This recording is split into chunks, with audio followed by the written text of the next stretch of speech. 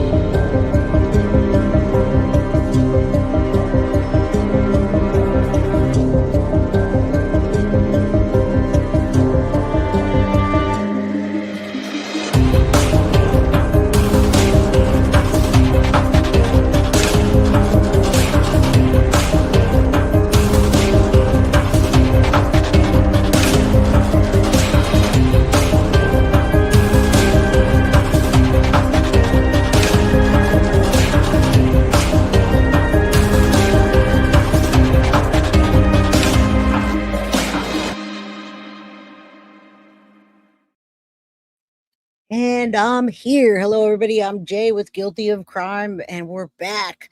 Day 6 of 6. Happy birthday, beautiful angel, Madeline Soto. So let's see what's going to happen today. Look at my shirt. It says Justice for Maddie. I got the blue one. They FedEx overnighted me a Justice for Maddie shirt. So there you go. I'm wearing a baby blue, and I've got Maddie's character in the back here for her birthday. You can almost see through me at some point.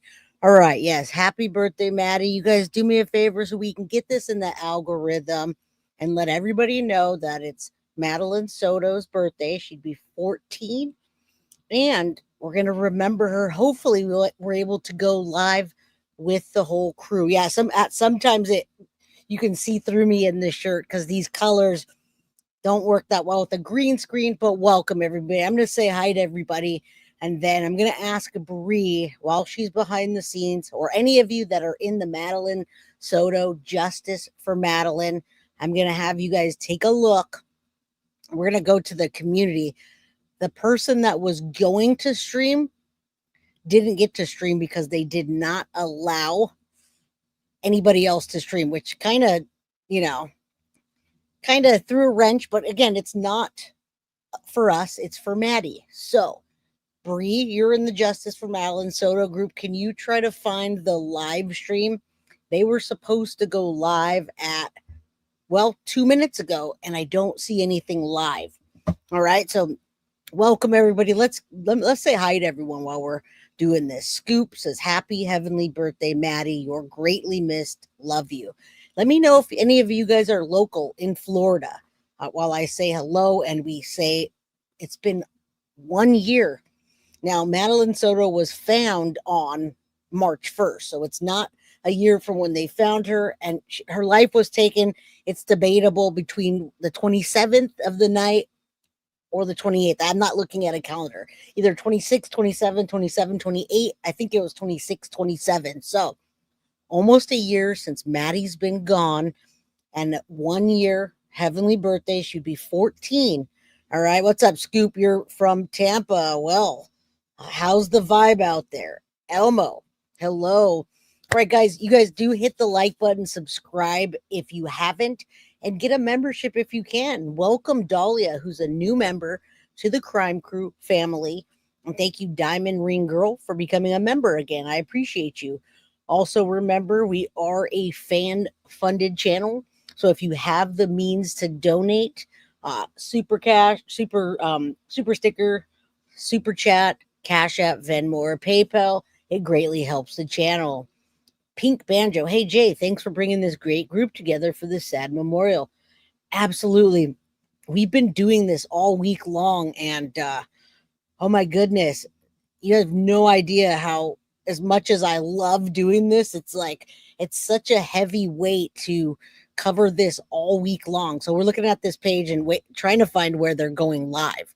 We had somebody that would go out and film for us, and they said they didn't want anybody else filming except for them. So we got to respect that. It kind of threw me off a little bit because we had it all planned out, but Now we kind of look for their streams and see what happens here. Maybe it's under events. I don't see any upcoming events. Let's look at the media. So there is the. Oh, we don't want the. We don't want music on our channel. We'll take a look at that for a second. So we had somebody out there filming and they said no. So today's day 6 of 6, remembering Madeline Soto. Next week, you guys, it's going to be a big week. There's lots of new cases. Not only that, and thank you, Miss Starbuds. I appreciate you. We will put a link somewhere where you can get a shirt. I got this shirt because I've been working on the case for the last year, so they overnighted me a shirt so I can stream today. Thank you. That's what I need. I didn't have a calendar. She died on the 25th Sunday and the 26th Monday. Thank you. We don't know if she actually passed away on the night of Sunday or the next morning. I speculate it was on Sunday, the 26th, towards the early morning. So 25th, 26th, we don't know. We don't have a time of death or anything like that. But yeah, they're doing shirts at this place. They're doing shirts at the memorial. They're not giving them away, but they're selling them. Right now they're at the community gathering, remembering Maddie, and it's in St. Cloud, Lakefront, Lakeshore Boulevard, St. Cloud. So if you guys know about that area, if you know, you know. All right. Oh, don't worry about that. I appreciate you. Thank you for supporting the channel. If you guys don't have the means to donate, all you have to do is hit the like button and share. All right. So let's take a look at some comments, and let me text one of the ladies there because they said they were going on at 5 p.m. sharp. All right. And even though I wasn't going to be able to get the person to stream for me, they didn't want that. They said they would live stream it and I could live stream it through here. Let me see. All right. Any update on the live stream? I'm not finding it on Facebook. All right. So if not, we're going to have our own thing here and go over some things. I don't know. We're going to just play it out. Thank you so much, Christy, for the $4.99 super chat. Look at my shirt. It keeps going into the purple. Happy birthday, Maddie. And you know what? Purple and green is what Maddie loved. She loved those scrunchies. A lot of people left scrunchies on the memorial that they had to take down except for the locks. So you guys can get at me about the locks. I've been donating money that you send to me to there. So if you guys are interested in getting locks, the shirts, I will get you information on. All right. What's up, Angie? Good to see you, Sadie's mama. You've been here since day one, not only of the Maddie case, but day one of guilty of crime. So thank you. Jamie, I wish we could all be there. So do I. And that's why I want to stream. Trust me, people, Saturdays are not the day I want to stream usually, but we're here for Maddie, day 6 of 6, and we're trying to make a difference here, right? So, Bree, I don't know if you got any luck yet. It looks like you're posting locks information. I'm going to post that on my community page, but I do need to find that stream. Yeah, rest in peace, Maddie. Rest in peace, Maddie. What's up, Shadow? How you doing? I might have to put on a video or something and see what happens because I don't know why they don't have the stream. Hey, Jay, it's Jenny's Other. I'm about to go live stream. Perfect. Thank you. I'm on Facebook right now and I was trying to get that stream. If you have a link, that'd be great.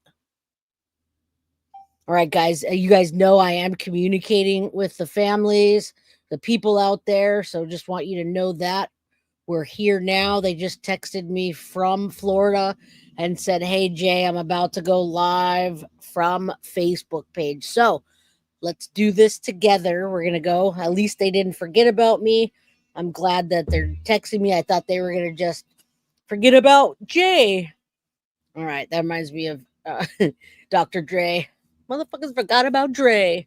All right. Let's keep refreshing the page. Dawn says, when I get back on my feet, I will get you, girl. Been out 2 surgeries. Well, prayers for you. Prayers for you. I'm here. All right. Let's do a moment of silence while we wait.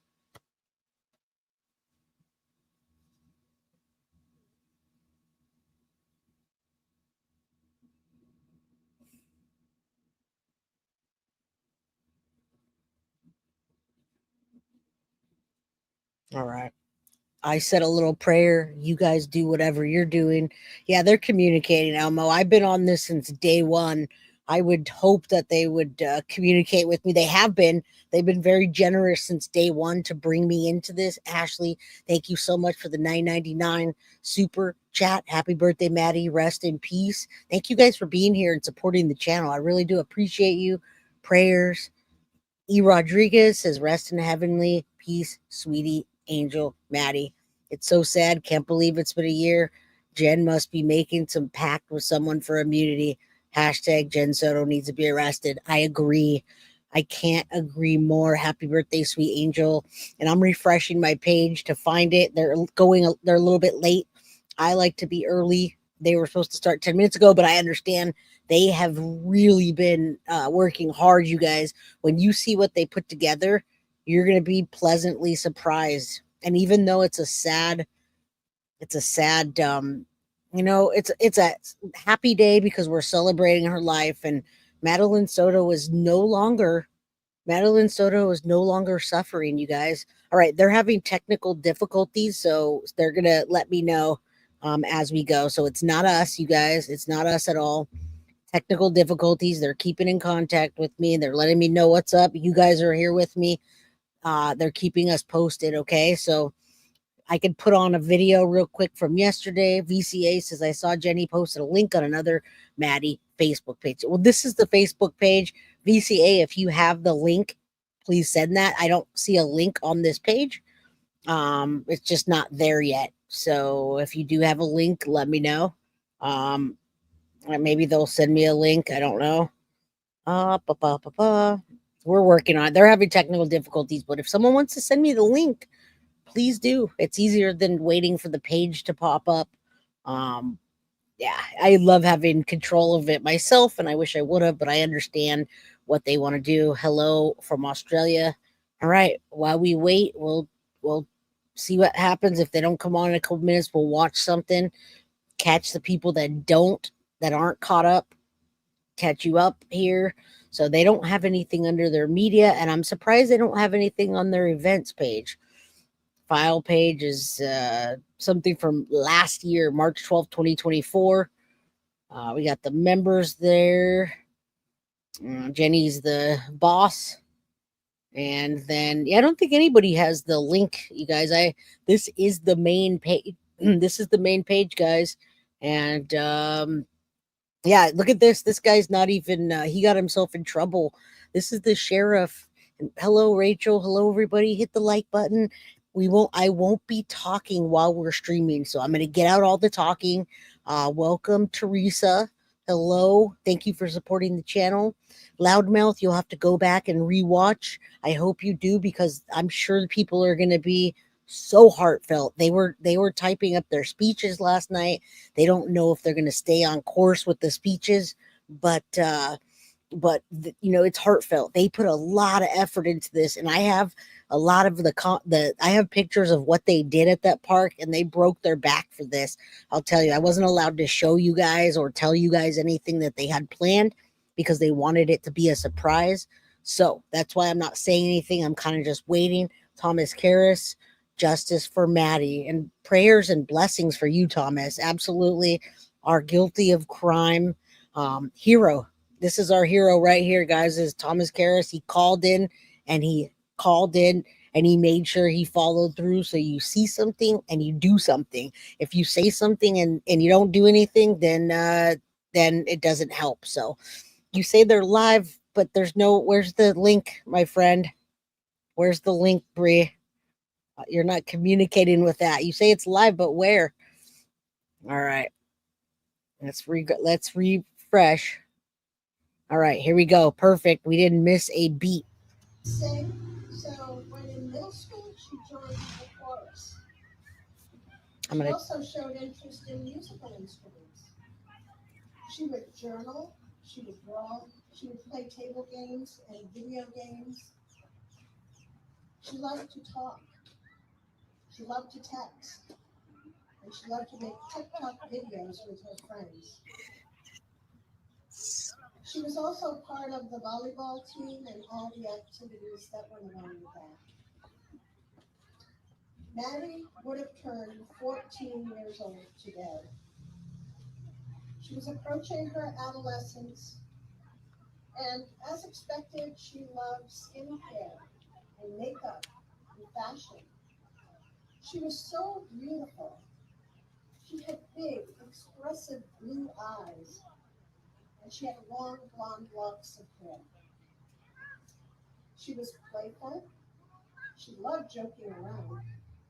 She loved playing pranks on people.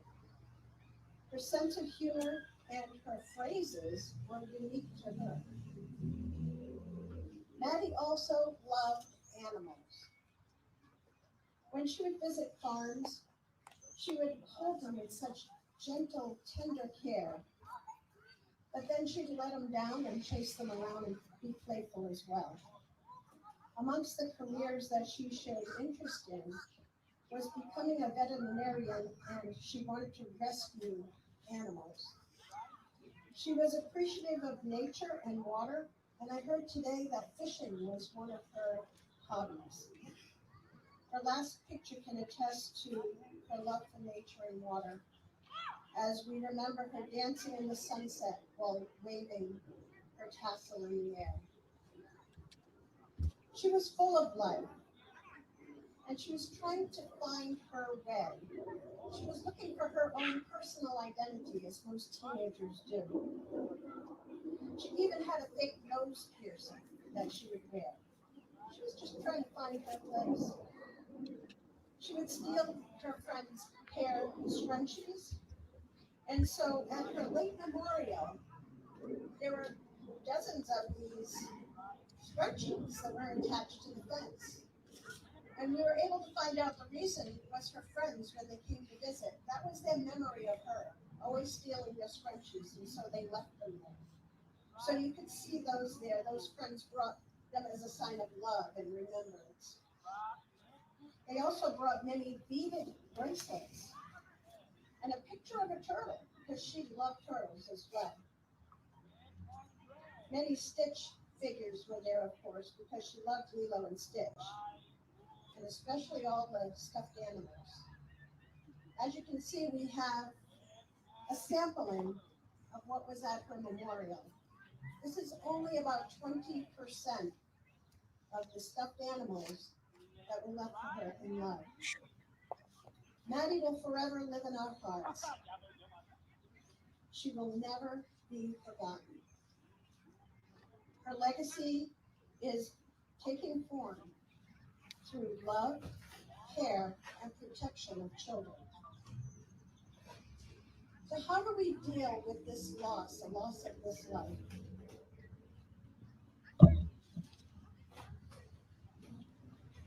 If we turn to the scriptures, we find there was a man who was a prophet in the Bible. So he was very faithful. His name was Habakkuk. And he was very faithful. And although he had a lot of faith in God, he questioned God about justice. He said to God, "How long must I call for help, but you do not hear? How long must I ask for help from violence, but you do not intervene?"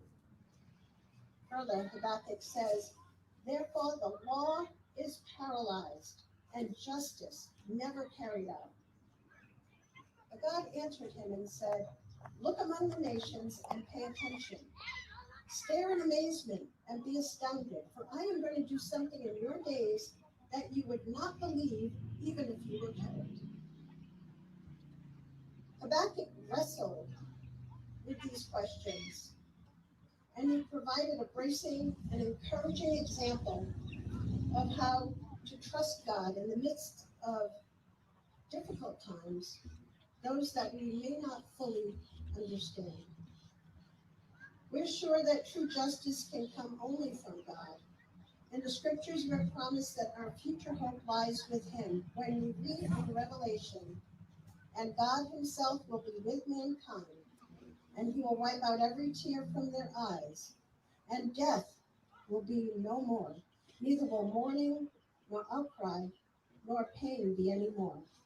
The former things have passed away." I'd like now to introduce a friend of Maddie's to read Maddie's poem. LG,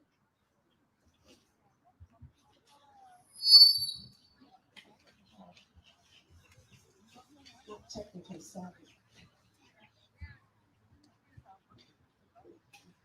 You guys, Maddie's poem, dedicated to Maddie, written by I.S. You were pretty, you were kind, you were everything I liked. I couldn't be sad around you, even if I tried. You were the sun, society is the moon. If you told us, we all would have believed you. I miss I miss you so much. But I feel pain knowing you're doing fine up above. I'll try not to cry, I'll try not to shed, but I'll always be lucky you are my friend. I'd like to introduce Beth Bendel with a musical tribute for Maddie.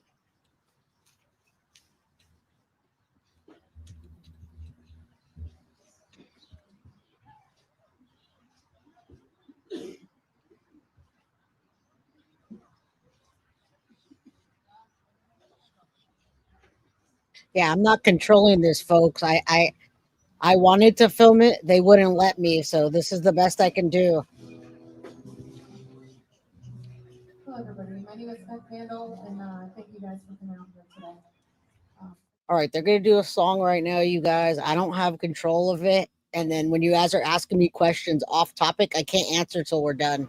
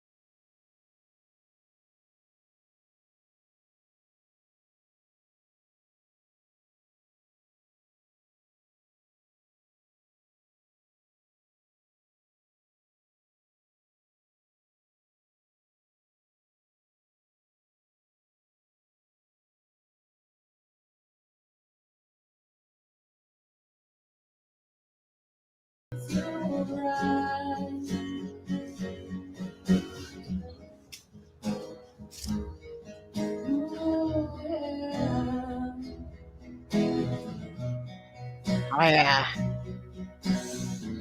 Oh, I hope you're dancing in the sky. I hope the angels in the choir. I hope the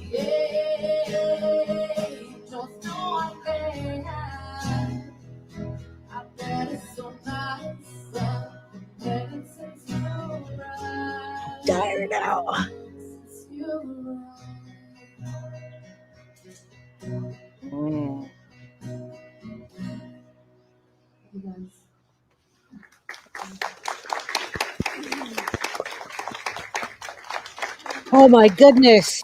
I, I almost cried, you guys. This is terrible.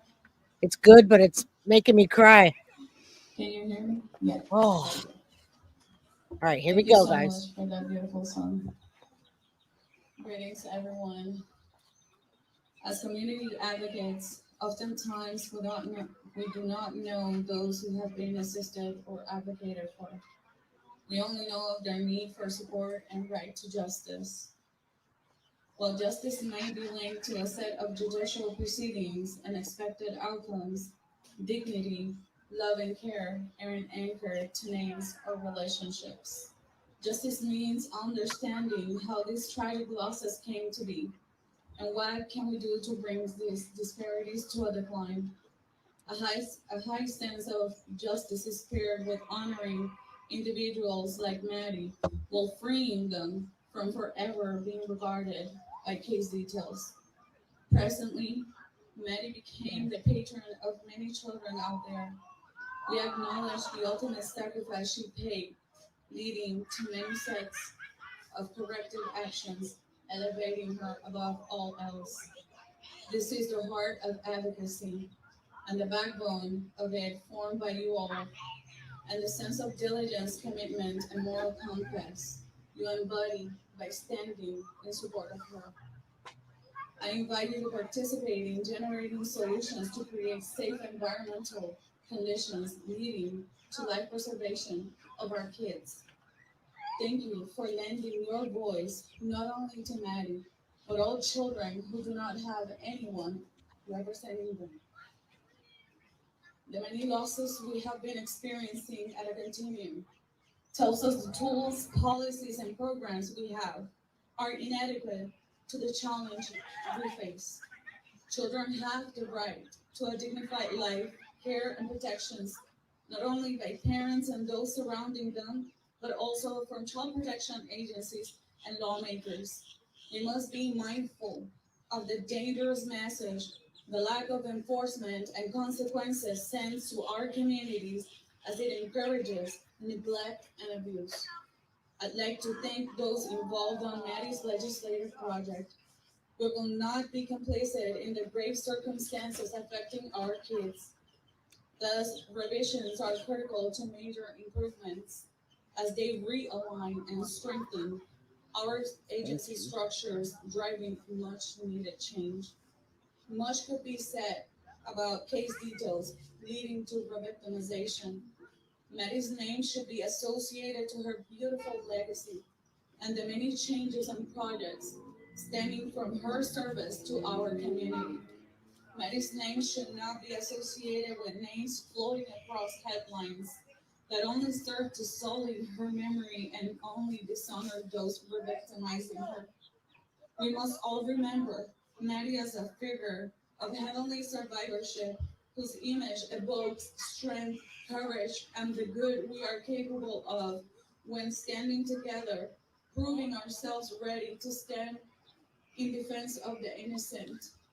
Through Maddie's legacy, we are educating ourselves in understanding that addressing serious crimes as entertainment material while monetizing in doing so, as opposed to the public health crisis it truly is, violates the respect and rights individuals like Maddie deserve. More so when realizing there are surviving children linked to these angels, Yeah, I will. friends, best friends, school friends, and family. Oftentimes, within the psychological sciences, these surviving children are regarded as invisible victims of violence as they experience secondary effects of trauma, though indirectly but dangerously close to them. It's been a long year since we met, No. and much has been learned through Maddie's case, none of which we were prepared for and could have not raised awareness of it if it wasn't for her. Maddie's legacy is ever significant, and so should be our commitment.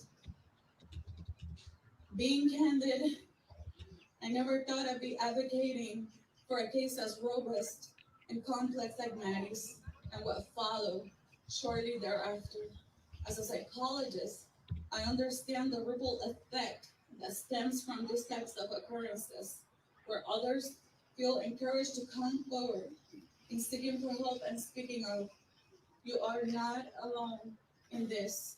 We see you. We are here for you. I'd like to take a moment to publicly acknowledge the generosity and fine labor of our lead researcher and colleague, Dr. Alexandra Garcia, whose contribution to Maddie's legislative project cannot be uh, properly assessed. Contributions from Dee Patel, reference material from Amos Giora's research findings when it comes to CSAM, Quentin Morris, a local executive strategist and vision architect, and other individuals who will remain anonymous for now. Just like Maddie, there are one too many kids whose sense of safety, innocence, and right to dignity had been shattered. Children who do not want to go back to school. I invite you to expand upon the following on your platforms. How did we get here? What was the etiology of Maddie's abrupt departure? How can our parents, school faculty, and other personnel identify signs of early and persistent neglect and abuse? Where are these parents and children supposed to go? They do not want to go to a child advocacy center, as they need to first talk to law enforcement or the Department of Children and Families first to be able to assess support. Where can Maddie have gone to seek for help? Have you ever asked yourself about that? Do we educate our children respecting this? Nonprofits are shamelessly unfunded. Parents and children who are actively seeking for support shouldn't need a referral to gain access to support through a CAC center, as they firstly need support, encouragement, and it should never be denied. The current referral model isn't considering the most debilitating factor associated with abuse, which is fear. We must understand these parents and children are in distress and in desperate need. The etiology of trauma delves into the many layers of complexity behind the action of seeking for help.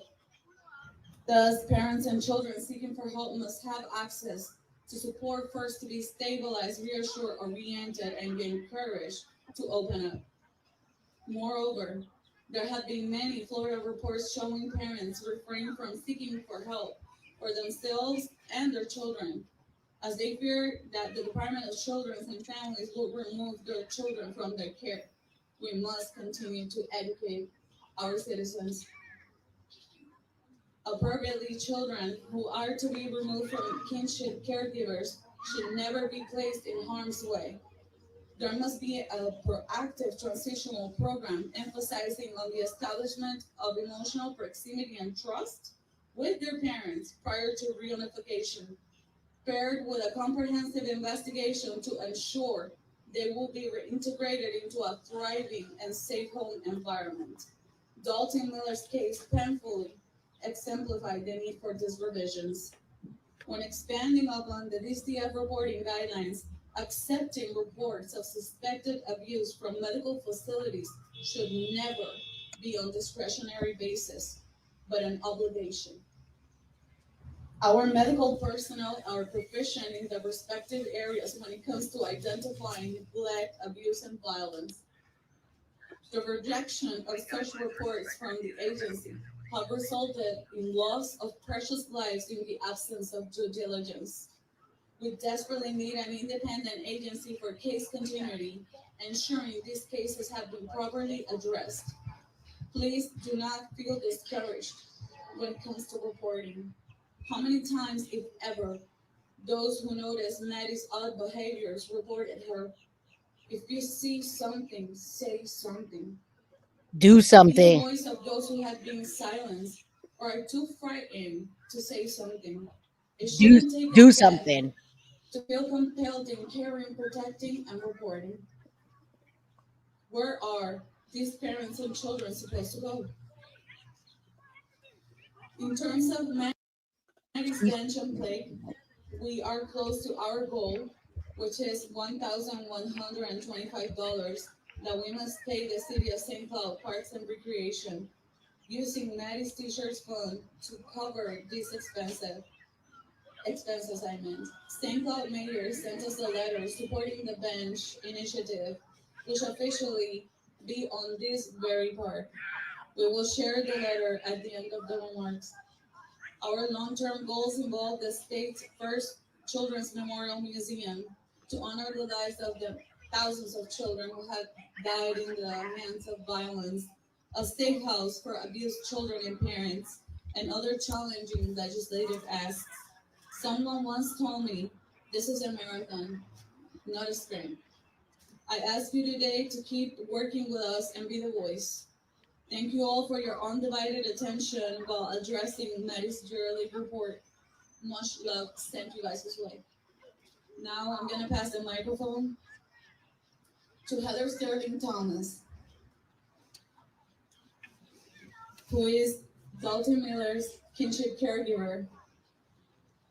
Dalton came to Maddie's platform, and we asked her to join as she needed support in raising awareness, respecting what Dalton had gone through and her family.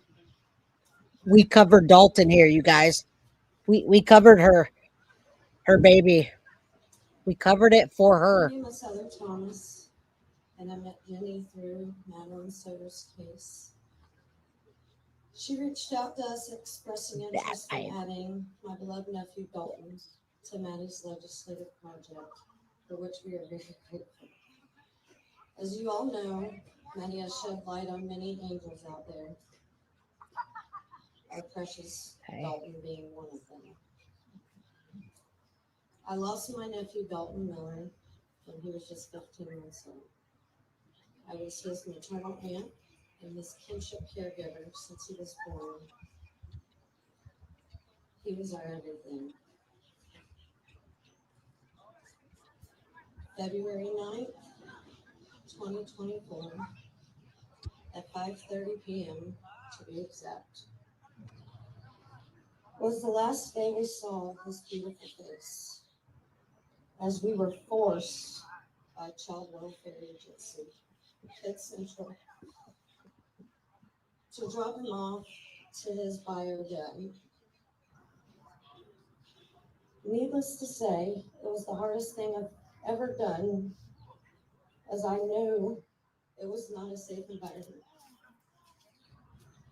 There was no transitional period for Dalton to be able to establish emotional proximity with his father. There was no comprehensive investigation conducted on Dalton's father, or interviews with neighbors, or pre-unification visits to his father's home. His father had not complied with many of the visits prior to reunification and was currently out on bail for felony charges.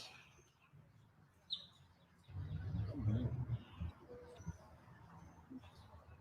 21 days after we were forced to hand Dalton over, 18 days from the days his dad was granted legal custody, Dalton died of a drug overdose. His dad and my sister are charged with manslaughter. His death could have been prevented, just like many other angels' lives. Not only did we lose Dalton, but our family will never be the same.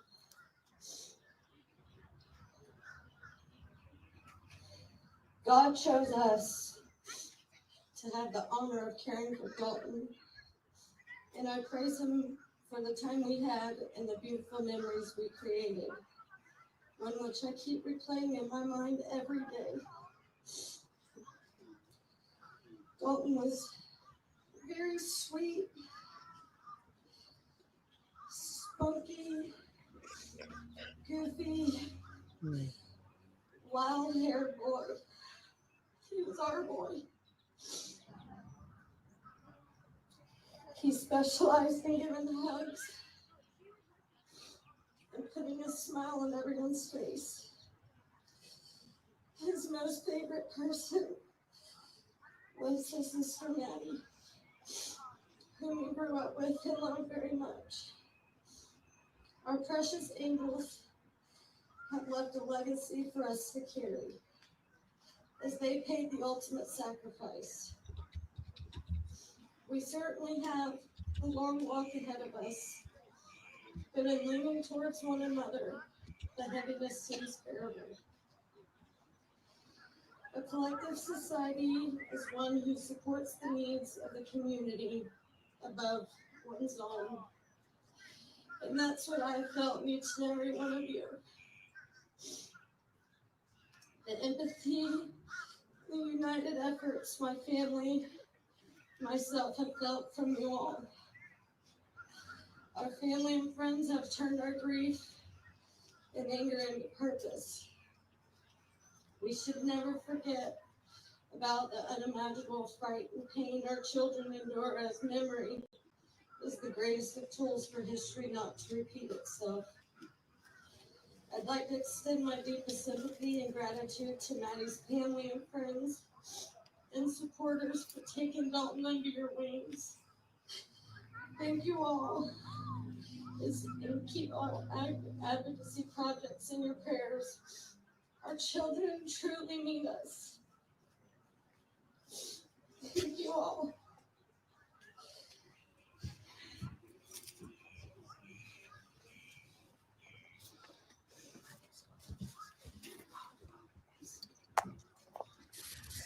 I would like to pass the microphone to our community leader, known to some of us, and president of a nonprofit organization that supports a lot of populations of disadvantage. The president of Nuevo Sendero, Olga Alino.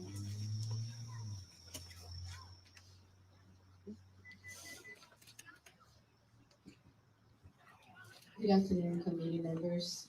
Thank you so much for getting together here one more time for one of us. We're humbled by the opportunity given to us to accompany you all this day in sentiment and action. Nuevo Sendero has always been attentive to the many needs stemming from our communities at risk and disadvantage. Madeline Soto's case painstakingly exemplifies the current social climate affecting our children and parents, one which we have been enduring far too long. We have tasked ourselves with generating viable solutions for preventing and bringing these types of social disparities to a decline by focusing on the sociological factors contributing to these tragic losses, collaborating with our local agencies, and seeking for cooperation from our parents. All cases affecting our children and population reaffirms our strong compromise and sense of diligence as a nonprofit organization. Our mission has always been the same. Though we have always considered our community needs, adjusting to them accordingly. Raising awareness and educating our citizens respecting neglect, abuse, and violence has always been our norm. Thank you. We are continually working on ways through which we could improve the quality of life, health, and rights to dignity and safe environmental conditions of our citizens. Since we learned about Madeline's tragic passing, we have given our full support to Jenny Esquivel for her to continue advocating on Maddie's and other children's behalf, spreading their message all across. So we are the voice of those who have been silenced. Please feel free to check Nuevo Sendero's website and platforms so you can learn about us and for community support. We're here for you. Let's continue to work in conjunction towards creating the community climate we very much deserve and need. So thank you very much. You guys mean the world to us. Thank you.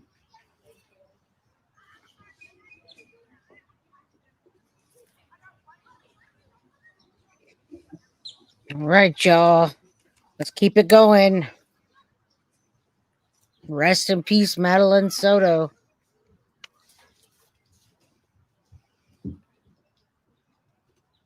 name is Teresina Niles. There she is. That's Maddie's aunt. Thank you Maddie's. for being here today and your continued support and prayers as I am much needed. Thank you to the community of St. Cloud and the mayor, Chris Robertson, for allowing us to celebrate the remembrance of Maddie today on her birthday. We are forever grateful for your support and commitment. Thank you to all law enforcement personnel and agencies involved. Thank you for your due diligence and tireless work. Thank you all to the local community and advocates for your continued commitment to helping support not only Maddie's legacy, but also other children and parents at risk.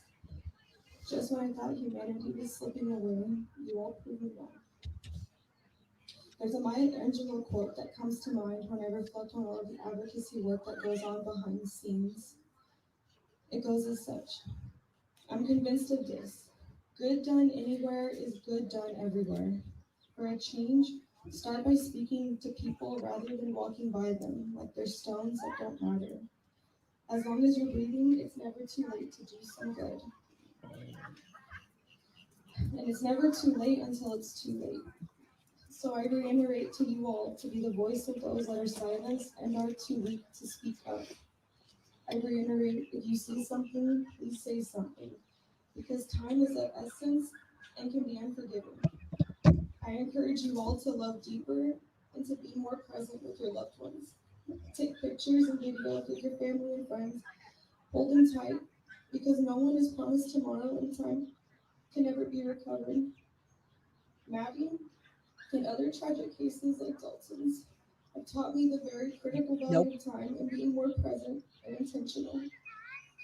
Thank you all so much for attending, whether in person or from afar. We truly appreciate you all.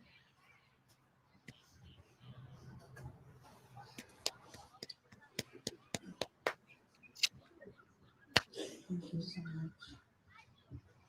We have a letter from the city, and we have an honored guest here, Chief Gerke, and he's going to go ahead and read the letter from the mayor of St. Cloud. Thank you, everybody. Um, on behalf of the St. Cloud Police Department and every member of the city, we're heartbroken over this. This is Maddie was taken away from us way too soon.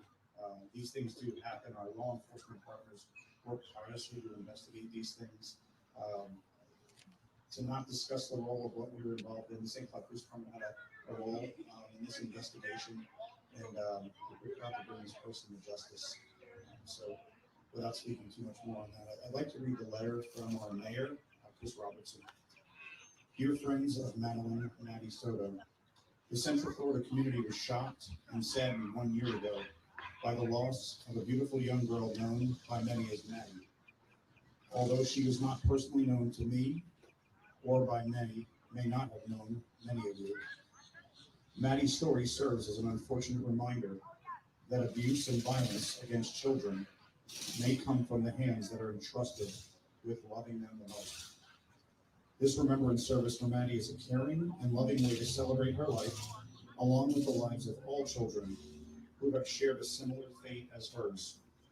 Our community shall always strive to be a safe, loving, and nurturing environment for all children, never forgetting those children who have experienced horrific acts of violence. The children in our community shall forever feel unconditional support, and their voices will always be heard.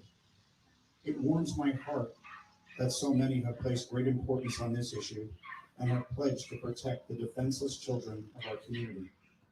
I fully support all efforts in creating a remembrance bench bearing the name of Maddie, honoring all children who have been neglected or abused. Sincerely, Christopher Robertson, Mayor, City of St. Cloud, dated February 22nd, 2025. Thank you. Nobody from Jen's side is there, folks. Nobody from Jen's side. Thank you so much for attending. I know that some of you have been here for a long time, and every single one of you is a vital component of everything that we must do in raising awareness and the voice of those who have been silenced. Thank you all. Thanks to every person that came and helped us put this together. What was the name of the lady for the chairs? Maria from Dolce Entertainment here in St. Cloud. Dolce Party, I'm sorry. She helped us put this together. I was very concerned with having a background resembling the much love that Maddie got from the community all around, not only here in St. Cloud, Orlando, but some of these plushies that you see here come from Canada, from UK. This got crazy and it got way out of our hands. We have a warehouse with more than 700 items in terms of plushies, not to mention the other mementos from friends that we keep in a keepsake box. So you can understand how much thought we try to put into this service of remembrance so that we can never forget that in collective effort, a lot of things, good things happen. Thank you to every single legislator out there who reached out to us. Your support is critical to keep the law and order out there. We need a set of statutes, proactive ones, protecting our citizens, more so our children who are population vulnerable out there at risk. So to each and every one of you, all of you guys reporters who've always stayed present, and reached out to me or I would reach out to you, I would like to thank you because you're taking from your time or running from wherever you are when it comes to this type of cases, not only for Maddie's, but you truly have a sense of responsibility in your journalism, which is very much appreciated. I've seen you guys at the courthouse, and you're always running around when it comes to our sense of protections and those things that are affecting and compromising that sense of safety and protection out there, more so when it comes to our children. So thank you all so much for attending. This will conclude our service of remembrance for Maddie and keep Maddie's case and Dalton's case and the cases of many other children that Maddie took under her wings in her legacy, which I was never prepared for. But it has been beautiful, painful, but beautiful, because I've never thought in 1,000 years that there would be so many children out there going through similar or same circumstances. So this is an all of us problem, guys. Please go home thinking about this and stay safe. Much love sent your way. Thank you so much. Thanks for the community of Maddie's official Facebook who always are right there supporting everything Maddie related. They are ride or dies over Maddie's Facebook and YouTube, TikTok, and everywhere, all around. Thank you guys. Have a good night.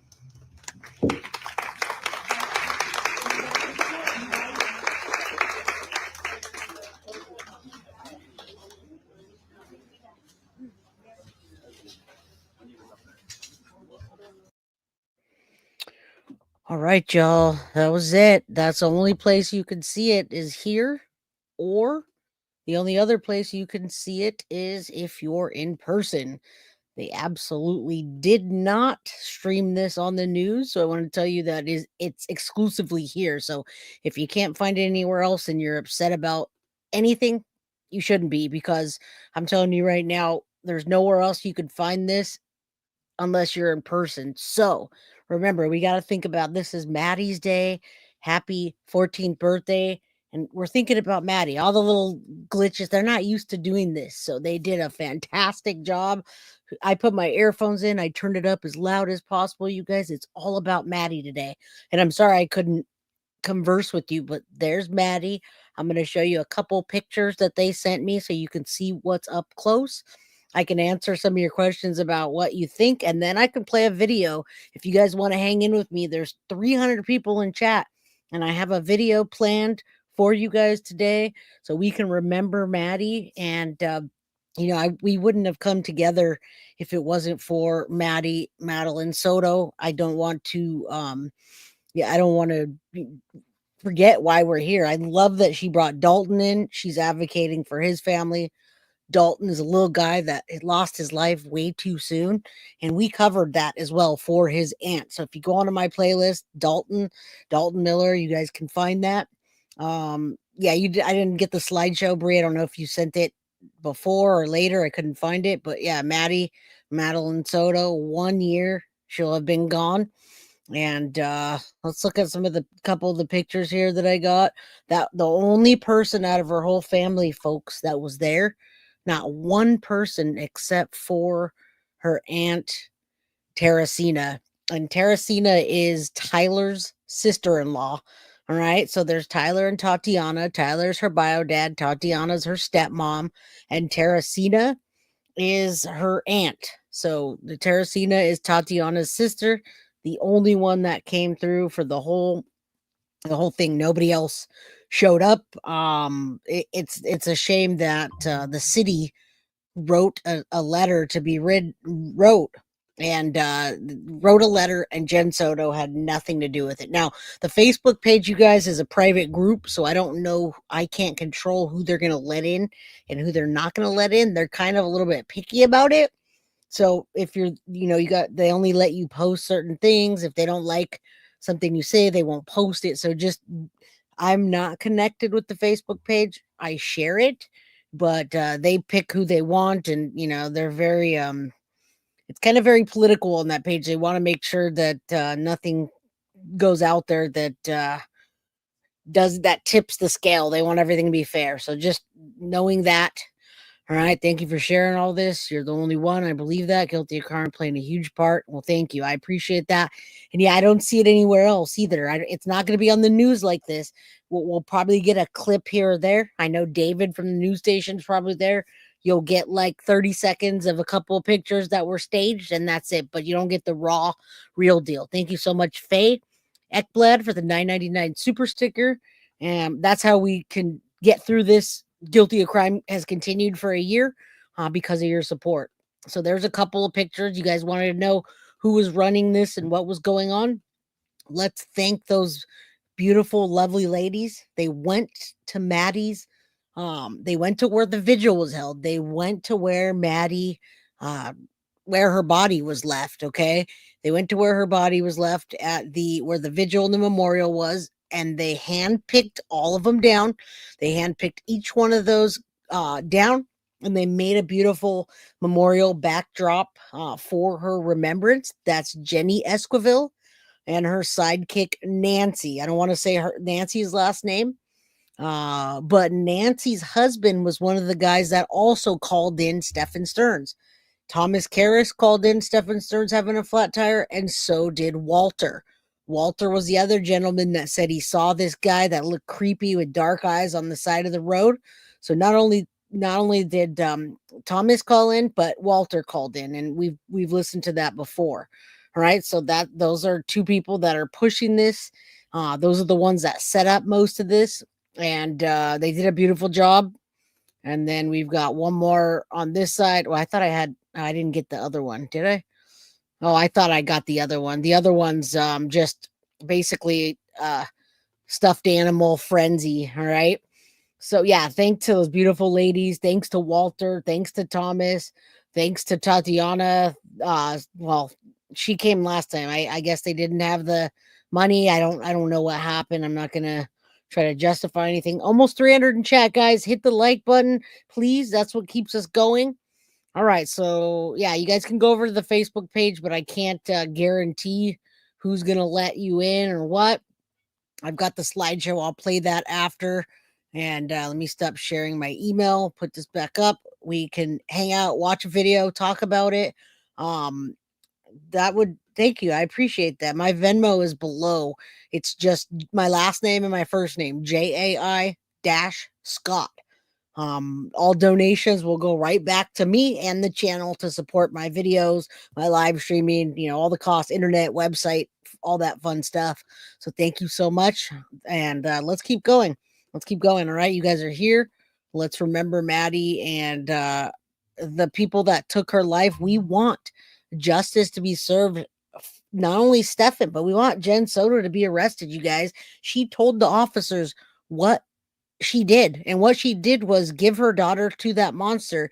And as we watch the narrative and we see it play out again, we realize there's more to it than meets the eye. So I've got a video planned for you. Thank you, Janet Rawlings, for the $2 super sticker. Let's go. Let's watch these, the sick cover up and the case of Madeline Soto. All right, here's from beginning to end what happened to Madeline Soto. So if somebody watches this later on, they've got complete documentation of what happened to this little 13-year-old girl that never got to be 14. Soto went missing. The Orange County sheriffs in Florida proceeded on the best and only information they had, the story offered by Maddie's mother, Jennifer, and her partner, Stefan. As investigators spoke with others in her life and made attempts to retrace the young girl's last movements, they began to discover. Now, the family's not going to disclose that because of trial. They can't mess anything up for trial. So Australia Mid, I talked to the family. They in fact said that she was not pregnant, and they can't share that because it's part of the trial. It's going to be part of evidence. It doesn't say that she's not, but it does say that she's not in whatever way that the paperwork is interpreted. So they're never going to give me that evidence. I respect the family and I trust them when they say, hey, Jay, she wasn't pregnant. Okay. So I've respected the family since day one. It's been a rough year. Lots of creators have been fighting with each other. Lots of creators have messed up their relationships, fighting over money and streaming. And this little girl, right? T-Rev almost lost his channel for faking content. There was a lot of beef between creators, and yet so many creators were streaming Madeline Soto all year, and I don't see any other ones streaming this. Why aren't there other creators? I hope there are. I hope these big creators put a video together, because everybody fought all year long to get the breaking news. But where are they on her 14th birthday today? Thank you, Roy, for the $1.99. I appreciate you. Justice for Maddie.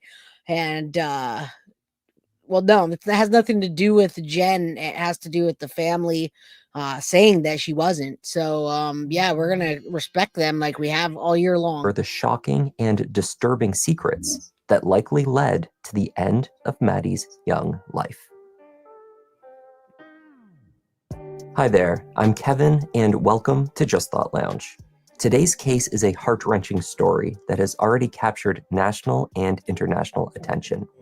This story is both sad and disturbing. Some of our viewers may find aspects difficult to hear. We will not be dwelling on unnecessary details, but I nonetheless offer a word of warning that some of you may find certain references upsetting. Let's take a look.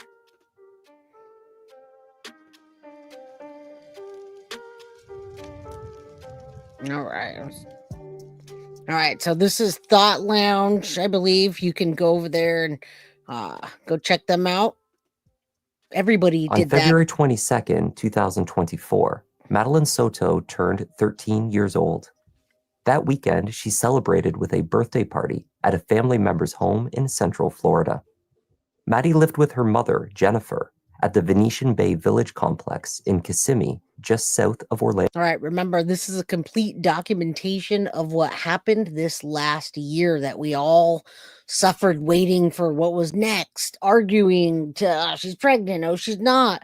Video streams of hours and hours, creators going crazy, losing their mind over this case, fighting with each other, and we're still here. We still have the same relationships that we had. Alien Babies, you're very late, but go back and be part of the rewatch crew. So yeah, this was a big deal. This whole last year has been it's been a triumph for us to have gotten through this unscathed for the most part, right? So yeah, let's keep going. You want to tell anyone about the story and you want them to be able to watch it in like 30 minutes or less, here it is. Orlando. She was a student at Hunters Creek Middle School. Maddie may not have received the best grades, but she was described by her teachers as a sweet girl. She was simply prone to distraction. The 13-year-old was diagnosed with ADHD. Maddie told friends that the medication she was prescribed would make her tired, so more recently, she had just stopped taking it. What was concerning were reports by teachers that she was often fatigued in class, her head down, her eyes closed. Exactly. Friends reported that Maddie was often sad. They said that she cried without offering a reason. At other times, she complained to them about her mother. She called Jennifer bipolar and said that they argued frequently. Of Jennifer's boyfriend. No, Jen Soto did not show up, guys. Only one person from Tyler's family, Tatiana's sister. And if you remember the vigil, the only person that came was Tatiana and Tyler, and Tatiana's the only one that spoke. Okay, so yeah, I'll try to answer this. Whose video is this? This is the Thought Lounge. It's a quick 30-minute documentary style that will document what happened to Maddie. And remember, as you have been here since day one, the information leaked out really slow. It took almost a full year to get to where we are with information of speculating and people fighting about it. All right. The poem from her friend today about made me cry. The whole thing almost made me cry. But when they sang that song, I was done. Friend Stefan Stearns, Madeline spoke affectionately to her friends. They reported that she was close to her stepfather, Come on, guys, often hit the like, texting or even FaceTiming him throughout subscribe, the day. get some It membership. may not have seemed relevant at the time, but in early 2024, Madeline also spoke about her desire to run away from home. She told friends that she would build a house out in the woods. As soon as she was 13, she said she planned to pack up and leave home. On Monday, February 26th, the day after Maddie's birthday party, Jennifer Soto drove to Hunter Creek Middle School to collect her daughter. She waited as the children streamed out from the doors. As they dispersed, it became clear that Madeline was not amongst them. Thinking that Maddie may be with her grandmother, Jen walked to her mother's office building. It was close to the school and somewhere Maddie had walked to in the past at the end of a school day. But she wasn't there. School administrators checked each period's attendance records and informed Jen that her daughter had not attended classes that day at all. I see a lot of new people rolling in that missed the Remembrance or Maddie's birthday. You guys stay with us right now live and then go back and watch it. Share with your friends and community. I think it's important. I mean, all these creators making all kinds of different content about Maddie need to see the real life stuff, whether you can't hear it, whether it's rough, whether it's raw. I mean, we want to hear the stories and talk about them every day. Then we need to be in the thick of the stuff that happens. All right. All right. Let's keep going. Justin, huh? Who's Justin? She began immediately to search the surrounding area, in her car and on foot. Yes. Subscribe. By just after 4:30 p.m., with no signs of Maddie, two unidentified women made calls to 911 on behalf of the distressed mother. From her mother's office building near to the middle school. So when I document this, I like to correct it as we go. They said 911 call from the distraught mother. You and I both know that Jen never called. It was her mother, and it was Jen's mother, Yolanda, and Stephanie that called 3 times between the two of them. Jen did nothing. Now, I want you to know real quick, I watched the Gabby Petito thing last night. I was convinced those the Gabby Petito parents, they went out and searched for her on foot. They flew across country 2,000 miles away and they went out and they searched. Let me tell you right now, when somebody's looking for a child, that's what you do, what the Petitos did. You don't sit at home waiting for people to come back and tell you with your ex-boyfriend while you're all drugged up. All right. So keep that in mind. This is not anything like a mother is supposed to act. Something's wrong. Jen and others waited for police. There were no more obvious locations to search and no sign of Madeline. And the child that you're trying to report missing, are you calling on behalf of the parent? Yes, on behalf of the mother. She's right. Okay. And then, so, ma'am, I just want to confirm, though, was she last seen from this address? Is this where you guys last saw her? No. She was last seen at the church next to Hunter Creek Middle School. I think it's called Peace Church. I'm not sure of the exact address. Does she have a cell phone that she might keep on her person? she doesn't. She had one, but she left it at home conveniently today. Conveniently. You hear that? She said conveniently. We have a missing child since this morning. We already called 3 times. Yes, ma'am. I see it. This is waiting for a deputy to respond. You're waiting for a deputy to respond? Yes, ma'am. And how long more do we need to wait? It's a child. This is Yolanda, folks. I This understand is that, ma'am. I'm Yolanda. just not able to give out ETA. I don't know when they'll be there. So how long do we need to wait? You did? This is an emergency. But we were very busy in the area. Look, I understand. They'll be there as soon as they can, okay? Wow. That was Yolanda, and the It other was one nearly was 8 Stephanie. p.m. when deputies responded to the call-out. With Jen were a handful of individuals offering support, including her boyfriend, Stefan Stearns. She was supposed to be dropped off at school. Didn't make it to school. Didn't make it to school. I went to pick her up from school today, and she never came out. They announced it over the speaker, and I'm just like, maybe she walked here, because sometimes she'll walk here to this office. I came here, nothing. I went back to the school, they were closed. I got an email from the school saying she was absent, but I also messaged her teacher, and he looked at her entire attendance today and saw that she was completely not at school today either. So she never made it. According to the school, teachers have until 3:30 in the afternoon to report their students' attendance. The automated call notifying Jen that Maddie had not been in class would not be made until 5:45 that night. By that time, Madeline had been missing for nearly 8 hours. The mother was already in a panic, walking the surrounding area, searching for signs of Madeline. She was definitely not in a panic, and I believe now that she was walking only because she was nervous, guys. Other people in her neighborhood saw her walking. They caught her on a Ring doorbell when she was still staying at the house, and it's only because she was nervous walking. She definitely wasn't searching.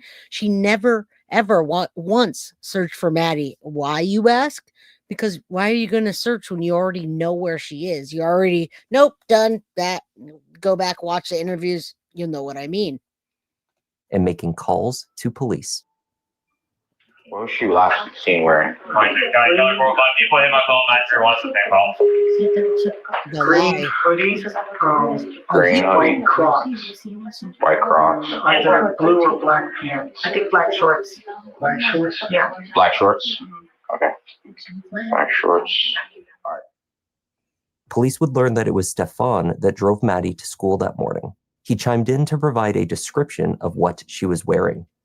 Notably, Jen inserted to clarify that Madeline had been wearing black shorts.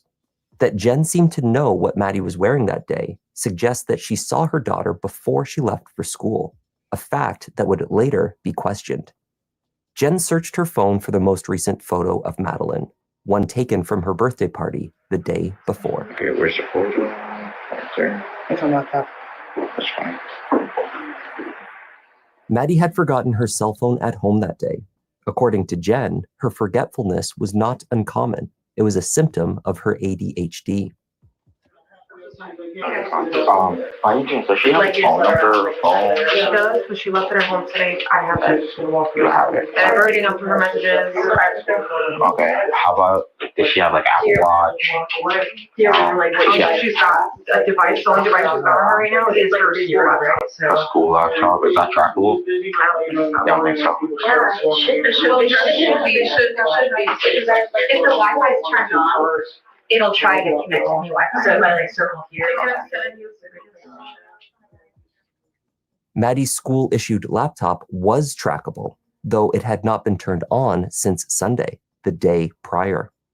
Stefan then told police that we, implying that both he and Jen, dropped her off a block away from the school that morning at roughly 8:30 or 8:40 a.m. No, Stefan's not going to get out of jail, guys. And when was the last time you seen her? Do you know around what time? Around 8:30, 8:40 when we dropped her off. How tall is she? 5'1", Weight? 110 pounds. 110, 112. Does she have any markings on her? Like any? I mean, why did Stefan know exactly the weight? Again, that bothers me every time. And Jen's face is like, really? Do we got to do this? I mean, I believe she knew what the outcome was already. That's why after this, she went and hauled up in the house with Stefan and waited by the phone, called news stations over, and that's about it, right? But we all know that. It just doesn't make any sense. Something on his right hand of them taking the phone. Right. Right. Well, guess what? They got warrants for every other thing, every app, the cloud, everything he had. So that's not gonna get thrown out, guys. Scars. She has a distinctive beauty mark on her face. On her face. On the face, like below the nose or near the nose? Yeah, like right in that area there. It's very distinctive. You'd know it if you saw it. Big. Stefan spoke independently with deputies following the missing persons report. The officers were beginning to piece together a timeline of Maddie's last known movements. They learned that Stefan had taken her to school that morning, something that he claimed to have done on occasion, but was in fact a rare task for the self-proclaimed stepfather. Madeline was commonly taken to school by her mother or grandparents. Her biological father kept in touch with her, but was not actively in her life. It was Stefan who claimed to have assumed this fatherly role. A very strong bond. I'm the person she goes to when her mom gets in a fight with her and she needs. Now think about that, folks. Think about that line he says. He's the person that goes to when they get in a fight and she needs someone to comfort her. Guess what? Jen and Maddie argued a lot. The friends talked about it. I'm sure the family knew about it. I'm sure that's why Maddie was over at Grandma's house for a week. Jen wasn't even working. So when Maddie was there, Jen was not working and she just needed a week off, probably away from her daughter. So guess what? She left her daughter in the hands of that predator to do what he wanted. All right. And thank you, Kristen, for the generous Venmo. Appreciate you so very much. The officer responding to Lana's desperate phone call 3 times to remind them not very empathetic to her pleas. Now, there was another child missing, and usually the responders aren't very empathetic. They're kind of taught to just be level-headed and not show emotion, unfortunately. All right. Someone to comfort her and become that person for her, This girl knows nothing but love here in this house. That's according to the stepdad. When he does take Maddie to school, she asks that he does not drive her all the way to the building, but rather. I have to correct that. Absolutely never the stepdad, guys. He was grooming Maddie from the beginning. And Jen, we know about his past dealings with, getting paid or his mom paying people off to let him be a pervert. And so, no, he was never a stepdad. He's an ex-boyfriend, if anything. Rather, prefers to be dropped at a distance so she can walk up. The reason for this is that she thinks Stefan's vehicle, a silver 2010 Lincoln, is unattractive. Stefan agreed to drop her near to Peace United Methodist Church, located at Town Loop Boulevard, which is approximately a 5-minute walk away from Hunter Creek Middle School. Early. The plan was that we were going to get McDonald's breakfast on the way, so we made amazingly good time. I don't mean to interrupt you, okay? Neither of us were here yesterday, so if you can be kind of specific about times and stuff like that, okay? Woke up around 7:15, somewhere around there, which is an early start for us, but we had talked about getting McDonald's breakfast. We did make good time. We got out the door maybe 7:30, 7:45-ish, maybe. Got over to that area. She was asleep in the car most of the time, just snoozing until we got there. We got to McDonald's, close to McDonald's. I said, "Do you still want it?" She wasn't interested in McDonald's anymore, so we continued on. She wasn't alive, that's why. And she wanted to be dropped off a little down the ways from the school. She's got this phase that she's been into lately where she's very particular about what car she's seen getting out of the school. She prefers her mom's car. That was sometime probably between 8:20 and 8:40-ish, somewhere in there. It was along the stretch of the road that on the right side that has all the communities on it. Before you get to the overpass. You could see the overpass from where it was. So it was on that side, on that stretch of road. He stated that after he parted ways with Maddie, he watched. Thank you, Wyatt. And that's good for bringing that up. I want to tell you all that, yes, Yolanda still, I believe, is a fixture in that community, especially in the Hispanic community. And she does taxes. She's able to fudge things. I heard that she's the one that helped run Tyler out with all of her lawyers. And if you think about it this way, the first very, very, very first interviews, she got Telemundo to come to her and do an interview. She was the first one to do an interview, first one to speak, and with Telemundo. I do believe that she knew somebody or knows somebody from Telemundo. She is a pretty big player in that area. So yes, she's good at a lot of things from what I hear. All right. So that's your answer. Watched as she looked through her backpack. She said she was going to go wait for her friends. She was going to find them and hang out and wait for her friends. And I asked if that was going to be okay. She said, yeah, it's fine. Kids get dropped off early enough as it is. It's not totally unusual for that to happen. It's just not usually that early that I drop her off. I do school runs every once in a while for her. I said, okay. Let her out. Have a good day. Love you. Thanks. Love you too. And I turned around and was driving away and was watching her in my rearview mirror to make sure that she was going where she was supposed to go. And she was moving in that direction, but she was rummaging around in her backpack or something. What I assumed was probably headphones or something. I found out later that she forgot her phone here, so she may have been rummaging for her phone. Jen Soto told police that she saw Maddie at 11 p.m. the night before, when her daughter and Stefan went to bed together in the same room. Now, does anyone think that at 11 that happened, like right after 11, that she actually did see Maddie after whatever happened, that 30-minute block? And or do you think it was later on in the morning something happened? What do you guys think? Just drop it in chat while we're going. And if you guys want to get a t-shirt, Bree has that information. She dropped it earlier in chat, and I could put it on my community page later. You can get one from Jenny Escoville. They've got them for sale. All right, let's keep going. Room. Jen told deputies in two separate conversations that the three of them regularly slept together in one bed as a family. But as Jen had recently started a new job, she chose to sleep separately from Maddie and Stefan in order to get a better sleep. Queried if it was common for her to leave her boyfriend and daughter alone, reports show Jen offered different responses. In one instance, she said it was rare for this to take place. In another conversation, she admitted it was not an uncommon arrangement in the house, but one that did not concern her. You got to go back. She stated that she had been hypervigilant with Maddie around Stefan, but had grown more relaxed over the years. The two had been together on and off for roughly 7 years. Throughout that period of time, Stefan and Madeline, she said, had grown very close. Stefan's description of his movements that morning became a focal point of the investigation immediately. The 38-year-old took police to the location by the church where he claimed to have left Maddie to walk the rest of the way. Was it here? I can't remember the exact spot, but it was around where these communities were. Oh, thank you. So it's like around where these communities were. Okay. And it's just like in this stretch, like we could see the overpass down there. Where's the school? Just on the other side of the overpass.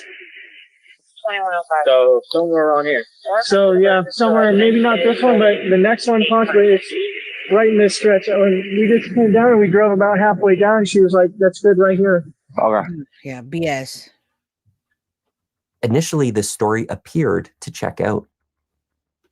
A camera was located in front of the Peace Church property at the intersection of Town Loop. And I'm always going to wonder what that person looked like, what they looked like they were wearing, folks. And it's going to come out, you guys. We've been playing the guessing game this whole last year. We filled in the timeline. We filled in a lot of things, how her life was taking, etc. So it will come out. We just got to be patient and diligent at the same time. What's up, Em? Good to see you. Think her not having her phone was planned? Absolutely. She wasn't alive, Ramona. Of course it was planned. They left Stefan's phone and Maddie's because they didn't want them to track where he was supposed to get rid of the body. I don't think he should have ever came back home. He was supposed to keep going and get rid of her body, but instead he came home to chit chat with Jen, erase his phone, and regroup where he's going to go. All right. Think of it that way. I don't think Jen Jen on the roommate. I don't believe anything. Absolutely, I agree. All right, let's keep going. Loop Boulevard and Hunters Park Lane, right where Stefan claimed to have stopped. Deputies checked the church camera. It appeared to show a juvenile enter the property from Town Loop Boulevard at approximately 8:40 a.m. and sit down on the ground in the parking lot. The figure then stood to leave at 8:58 and walked off in the direction of the school. But there were issues with the footage. It was of extremely poor quality. As a result, the figure could not be confirmed to be Madeline. Not even the clothing could be seen clearly enough to discern a match to what she was thought to have been wearing. Additionally, what was somewhat visible on the recording was the vehicle that dropped off the blurry figure.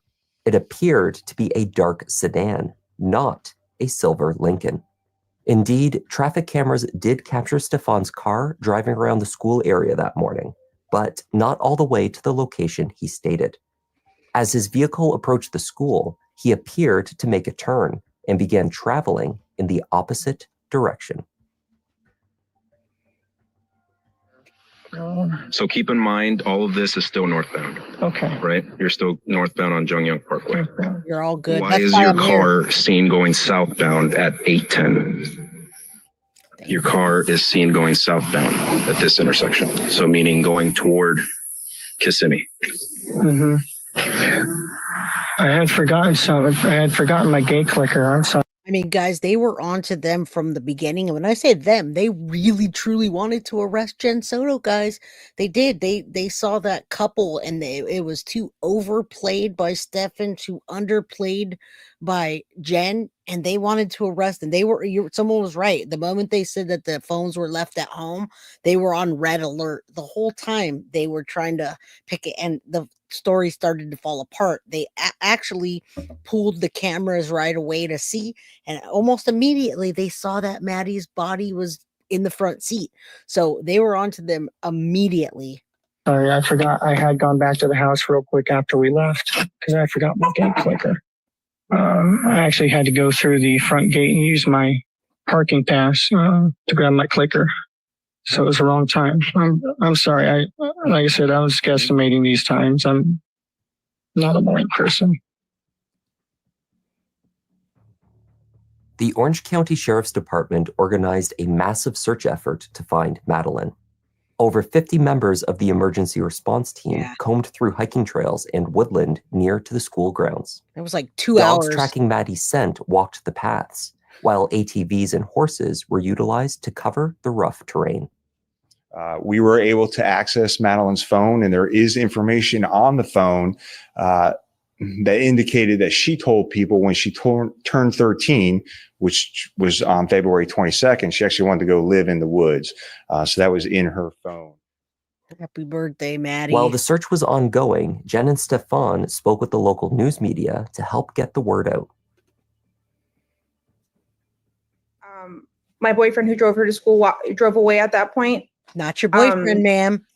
Again, it was alibi. seen on video footage that she hung out in the parking lot of the church for a few minutes and then got up and walked towards the school. And just right there, it was seen on footage. Again, she's trying to give an alibi to Stefan Stearns to say, I know he dropped her off. I trust him so much. I know he dropped her off because she was walking around in the footage and I believe him. That's how much Jen is not stupid and how much she knows, guys. This whole thing, all of this is just her backing up the story of what Stefan Stearns said. All right. Just now listen to it in that context. But she never made it that walk and that was around 9 a.m. when she got up. She never made it to school after that. It's right next to the school. I don't know why she didn't make it. I don't know if something happened on her walk along the way or if she got taken, but she never made it. And I looked at their messages. Nothing was weird. I looked at all of her messages, all of her deleted messages. Nothing seemed weird. It didn't seem like she was talking to anyone. So I don't feel like that's the case. I feel like she may have been taken because this is not like her at all to just disappear and not let us know where she's going or who she's with. Is that right, Jen? So I'm not sure. I'm not sure where to go from here. I'm just contacting I guess she's the gone. news, to get the word out, to get some help, because I'm desperate. I'm a wreck right now. Doesn't match I'm that. I'm scared for her. I bet I you want her are. to be okay, and I want her to be safe. I don't want her to come back harmed. I just want her back, whatever that means. I just want her back. They didn't have it. Stefan That's why. reiterated what he told the deputies. You seem very emotional right now. Explain to us. I dropped her off. Everything looked fine when I drove away. That's it. It's the last time we saw her. What was the conversation that y'all had in the car when you dropped her off? Not much. She was asleep for most of the way. Told her have a good day at school when she got out. I love her. Said thanks. Love you too. That was it. Are you, in a sense, blaming yourself? It's hard not to. Why? I dropped her off early. I could have waited longer. She looked okay. She was walking towards the school when I saw her. It was like any other day, so I went on with my day. It's hard not to blame myself. Yeah, we know he's guilty. The sheriff's department had been tracking Stefan's movements all over Kissimmee and the surrounding area using traffic cameras and building security footage. What they found was that the turn he made away from the school at 8:10 a.m.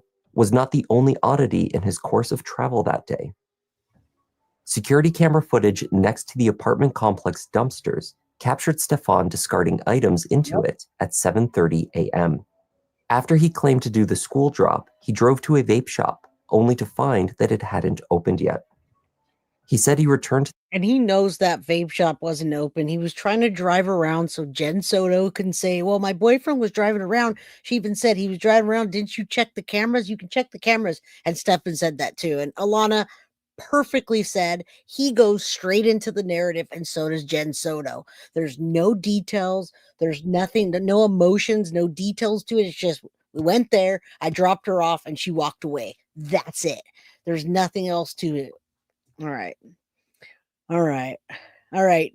We're going to get rid of you, Mr. Mills. You're full of hockey fake outrage. No, nobody sees fake outrage here, but we're going to get rid of you. So now you're going to have to create another account.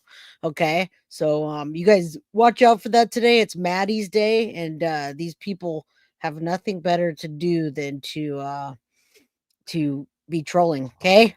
All right, we shouldn't even have to do that today. It's so bad. Hard not to blame himself when he has blood on his hands. True crime lullabies. Welcome.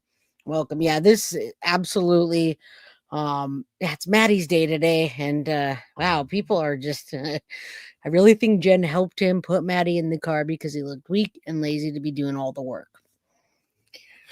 Well, I hope they have cameras, but if they did, then they would have cameras to see Jen doing that. And if they did, she'd be arrested. So I don't know. the apartment complex for a time, then left again to go back to that vape shop. After that, he set off to a game store called House Rules. But just like numerous other locations that he said he intended to visit that day, Stefan drove towards them, but never actually reached these destinations. In this way, he explained why his car was captured in different locations around Orange and Osceola counties, but was never on camera entering a restaurant or shop. Sometime between noon and 2 p.m. All right, between noon and 2 p.m. is when, all right, that's where I left off. Jay, in caps because I feel it's important. Jen says I didn't or don't want her to come back. Freudian slip. She has a few Freudian slips, and we all heard that in the first one. I didn't bring it up this time because we heard it the first time and we had to go back and go back. I agree. We heard that. And then also the other huge Freudian slip was that Stefan Stearns was resetting his, and she goes, I mean, he was restarting his phone, and then she realized that what she was talking about. So there was a few big Freudian slips and a huge leakage, you guys. The leakage was huge when she said that maybe he took her out on 192 where the Gators were, how she was strangled, and that she was in the trunk when Stefan was back. There's no way she could have known any of that. Yes, it was Madeline's birthday today. She would have been 14.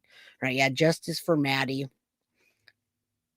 p.m., the 38-year-old had to change a flat tire.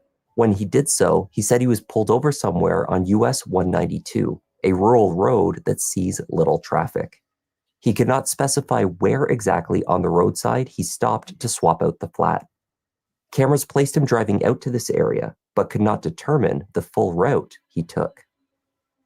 A search warrant was obtained for the home and Stefan's car. During the execution of the warrant, deputies requested access to Stefan's cell phone. In the meantime, while we're waiting for all this to get sorted out, I am going to hold on to your phone, okay? I'll give it back. Okay, there's the part right there that everybody's questioning. People are still agonizing over the fact that they don't want this to get thrown out. Okay, I see people in chat saying, oh, I'm scared this isn't going to get in. Pay attention. She just asked him for his phone. He agrees, and they're not going to throw this out. And they have warrants for each thing that he has, each Google, his Google Drive, his email, his everything. They've got an individual warrant. We have the documentation. I haven't been doing documentation this week because we're doing Remembrance of Maddie. We're not focusing on Stern's trial. So this is where they're focusing on about the phone.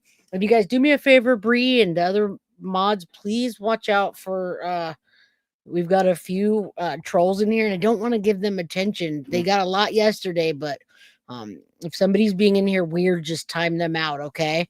This is Maddie's day, and yeah, it's the last day, and then we start new content. So please, all right, this is the part where the phone, right? I'll go back for a second so you can not be afraid that they're not gonna throw that out. Had to change a flat tire.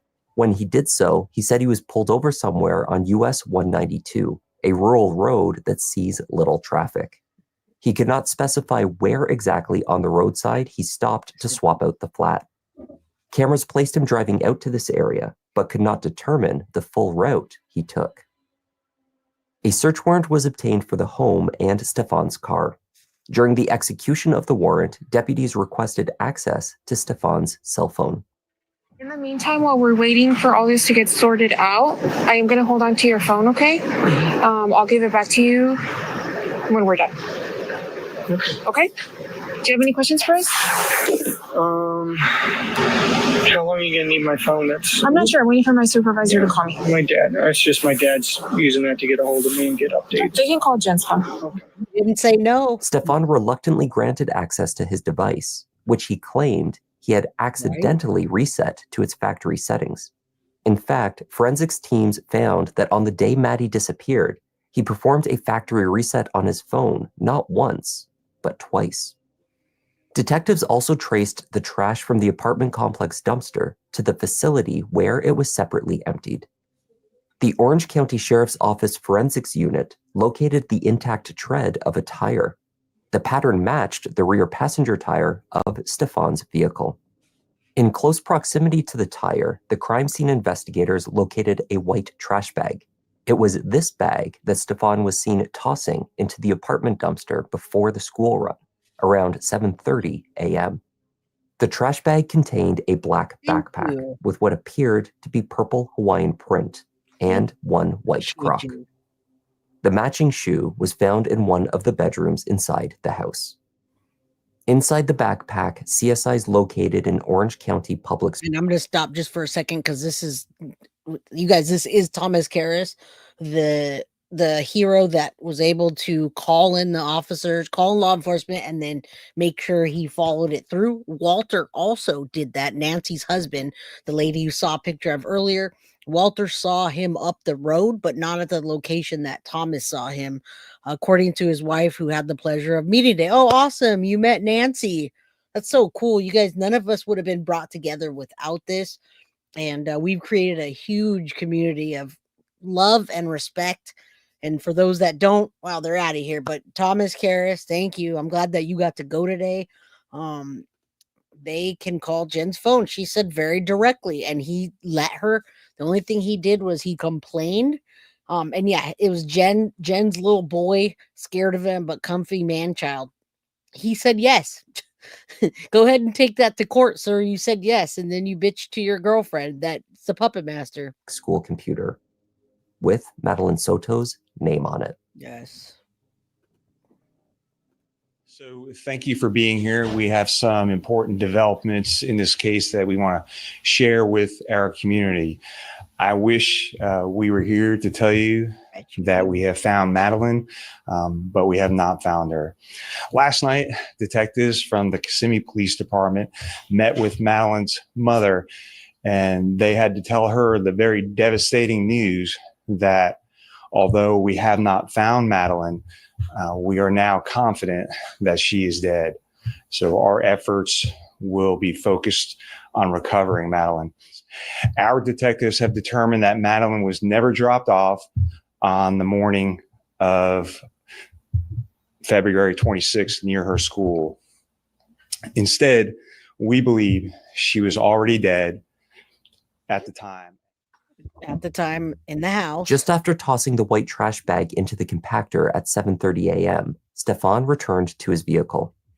This camera footage has not been released. After hearing what is captured, the decision to keep it private is easy to understand. Definitely. I mean, nobody wants it to be leaked that Maddie was not alive in that front seat. There also may be evidence that's going to be used in the trial from those photos. I mean, they immediately knew when they pulled those photos, they were going to see something, and they nailed it, you guys. They nailed it. They had already seen it when Stefan was trying to BS them and Jen was out there trying to BS everybody. They knew, and that's why the officer grabbed his phone and got his phone the way she did. Linda says nothing broke Jennifer's heart about Maddie. Jennifer's detached from Madeline. She acted like Madeline didn't exist. Went on with no problems. Think about it this way, Sebastian Rogers. That's all I'm going to say. We're going to cover that on Monday for his 1 year disappearance. According to police, visible in the front passenger seat of the Lincoln was a female wearing a green hoodie, her head tilted onto her left shoulder. One police report described the young girl as slumped over in an abnormal way for a person to be seated. At roughly 8:20 a.m., Stefan drove out through the complex's gates, briefly interacting with a security guard. Just over an hour later, after driving his slumped-over passenger towards different destinations, Stefan's vehicle entered a parking garage at a Holiday Inn. There, he parked. Police say the security footage in the parking garage shows the driver exit the car, lift what appears to be a limp body from the front passenger seat, and move her into the trunk. The car then exited the lot. Stefan's vehicle was captured driving on Old Hickory Tree Road and Nolte Road later that day. Somewhere in this area, he stopped to change his tire. By 4:40 p.m., he had returned to the complex. All right. So really quickly, yes, Thomas was out there and he got to see it today. I wish we'd have been able to see more of it. I hope somebody that went out there took pictures. Thomas, I don't know if you were able to get any more pictures of how beautiful it was. They sent me a couple. I'd love to see that. We tried to get a camera out there, but they didn't want anyone else to film it. So it's too bad. Yeah, it's too bad. But again, it's Maddie's day. It's not about us at all. So, yeah, that's how that goes. Yeah. And Ashley, it's so weird that he drove around for over 2 hours with her body just in the seat, hanging out, went back through there to get his clicker. Man, it's crazy. It's like somebody evil. It has to take someone evil to really do that. I feel like he was still spending time with her. That's how much a weirdo he is. Michelle Ramos, good. I'm glad you caught alive. Welcome. All right, let's keep going. Yeah, it takes the devil to do something like that. Where he tossed tire treads into the dumpster. Roughly around this time, Jen Soto was at the Hunter Creek School, frantically trying to locate her daughter. Stefan Stearns was arrested and held in custody, but not, at least initially, for murder. That charge was certainly on the police's radar, but they had uncovered a wealth of other incriminating evidence that compelled an immediate arrest. Detectives found that a Google Drive was linked to Stefan's phone. The drive contained disturbing materials of a sexual nature dating over a period of roughly 2 years throughout 2022 and 2023. No, it dated a all number of these over 1,700 images and videos And that we have to correct, because we know a lot of the people that picked up on this case later say 2 years, but it's actually documented all the way back in, I think, 2019, 2018. He's got a lot more. I think it was 2019. It was right after the roommate and Juan moved out. It started happening. The documentation happened. So remember that, guys. It was years and years. She was 6, 7 years old when it started. It was much more than 2 years. We know that now, right? And yeah, there's so many more things going to come out, but they're not putting it out there because they don't want to mess up the integrity of the trials, and they don't want Jen to know more of what they have either, or Stefan, right? You can't do that. So, welcome, Natalie. You have such a here, Jay, for keeping us. Happy birthday, sweet Maddie. May you rest. Absolutely. Thank you for being here. You guys hit the like button if you haven't subscribe, and then share this with your community, please. All right. Depicted Madeline. A notable physical feature of Stefan's was visible in many of these images, which removed any doubt that he was the adult male pictured. After a thorough inventory of the contents were made, Stefan Stearns was charged with 60 counts, including sexual battery, and charges specifically relating to his actions with a minor. Right. Love you too. Metadata containing the date that each picture or video was taken meant that many of the charges applied to a child under the age of 12, particularly heinous and vile crimes. He needed to know where to go. In fact, recent changes in Florida law meant that had the dates on these files varied by even a few months, he could have faced the death penalty if convicted of the abuse charges. A law applying a potential death sentence for these crimes was signed into Florida law in December of 2023. As it stood, the 60 charges against him could still yield a term of life in prison if convicted on all or most counts. On Friday, March 1st, 2024, law enforcement received a tip that Stefan Stearns had been spotted changing a flat tire in the area of Hickory Tree Road in St. Cloud. Thomas Karras. The witness placed him with his vehicle very near. So this is Thomas Karras. This is what happened with him. And yes, he was already deposed. I believe he went and took depositions the last couple of days. Kawasaki said, I was going on since she was 8. There wasn't a time where Juan lived. There was a time that Juan lived there. Kawasaki, Juan lived there right before Stefan moved in all the way. And that was 2019 when our source, our roommate, that we have a roommate that nobody knows who it is, and she's been on here. She's got like 90,000 views on that video. So yeah, Juan lived there, and so did the roommate. They both moved out. Stefan moved in, and the documentation of the abuse started happening. Thank you, my man Wyatt, for the 5 guilty of crime memberships. Appreciate you, bud. All right, this is where Thomas Karras comes in. Near to the last camera that had captured him driving that way on the afternoon of February 26th.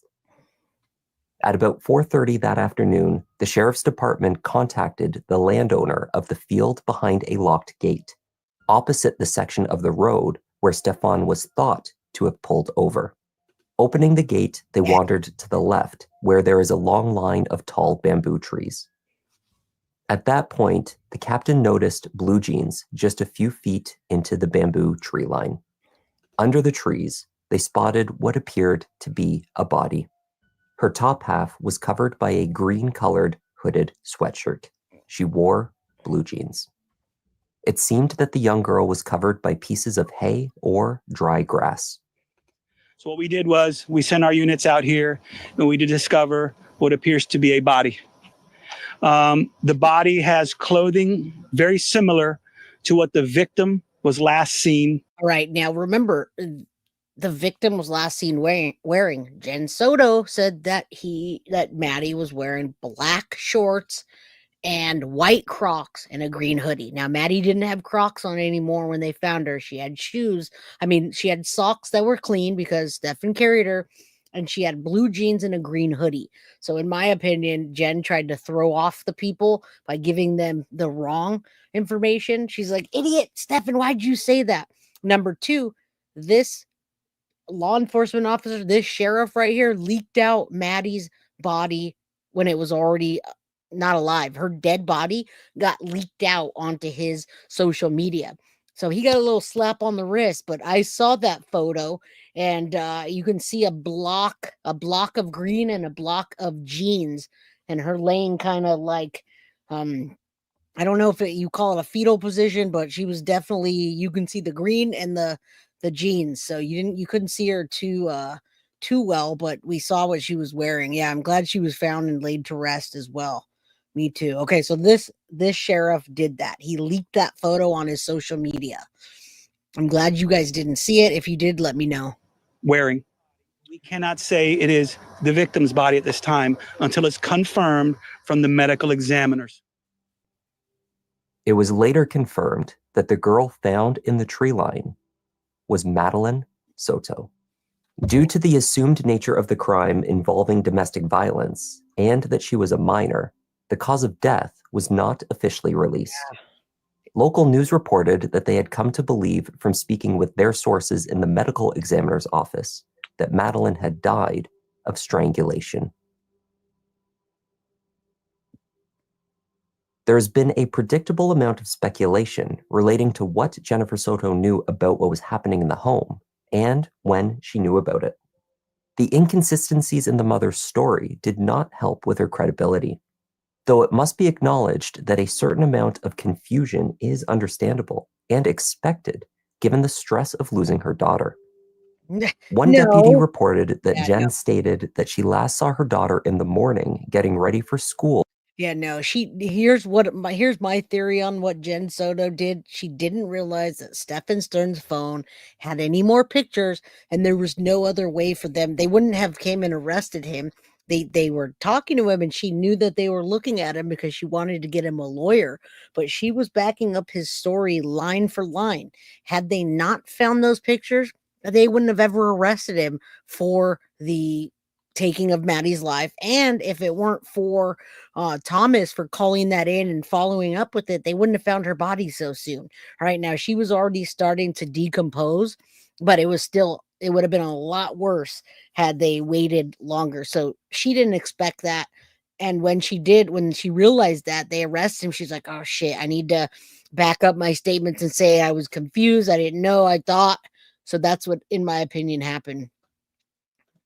At approximately 8 a.m. This sighting would explain how she thought she knew what her daughter was wearing that day, though her description did not match what Maddie was found wearing under the bamboo trees. In a later interview, Jen stated only possibly hearing her daughter that morning. Jen now states that she did not, in fact, see Maddie the morning she disappeared. She awoke around 7 or 8 a.m. and heard Stefan taking the dog for a walk. She did not hear Maddie in the house at all. Jen then left for an appointment at roughly 9:30. Stefan had not yet returned from taking Maddie to school, she said. According to Kissimmee PD, Jen is not a suspect in the case. Detective Morris, who took lead in the investigation upon the Again, when this is documented and people that come back to watch this hear it, I want them to hear that even though she's not a suspect in the case, and they've said that right now, she's a suspect in the community and she's a suspect for what she's done in the public. And as far as we go and online, most of the people in the narrative believe that Jen Soto was not only involved, but that she had a bigger part in it, and she committed a crime of handing her daughter to a predator. That is a huge crime. Hello, I'm so late. I need to get my welcome. Now, somebody emailed me about the I can't breathe.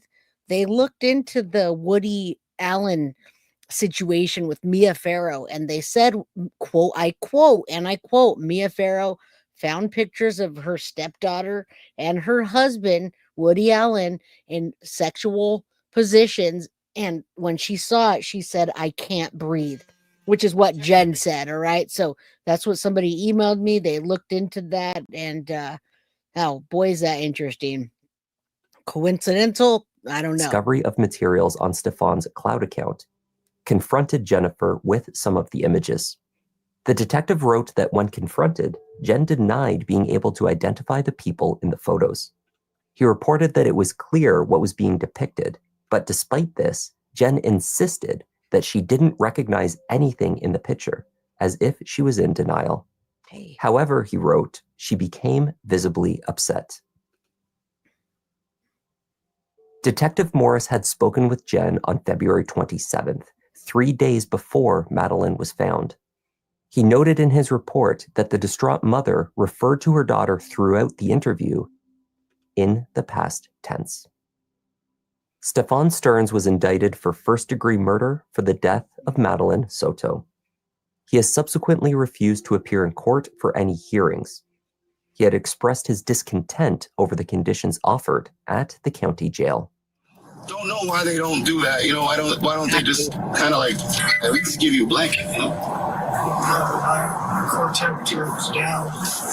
They told me it was like a degree or two lower than it should have been. I mean, this is a guy that just left a little girl out there in the middle of nowhere, just exposed.